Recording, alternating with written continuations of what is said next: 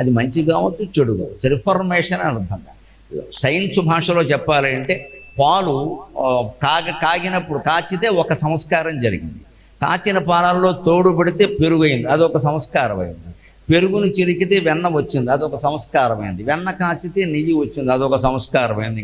ఇక నెయ్యిని ఏం చేసినా ఏం కాదు, అందుకే యజ్ఞంలో నెయ్యి వేస్తారు. పాలు, పెరుగు, వెన్న అన్నీ బాగా ఈ మధ్య ఓవర్ యాక్షన్ ఎక్కువైపోయి అన్నీ బారబోతున్నారు, కానీ నెయ్యి తప్పితే ఏమి వేయకూడదు. యజ్ఞం మొత్తం దొరికినవన్నీ బారేస్తున్నారు. పట్టు చీరలు కూడా వేసేస్తున్నారు పూర్ణాహుతి. అది ఏమి ఇస్తే అంత పుణ్యం. అలా కాదమ్మా, పైగా పారేయవలసింది మన కోరికలు, మన క్రోధాలు, మన అసూయలు. అక్కడ మంత్రాలు ఉన్నాయి అలాగా.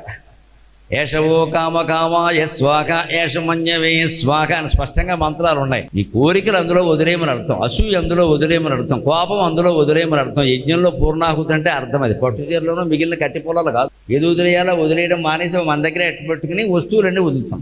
వస్తువులతో ఉపయోగమే ఉంది.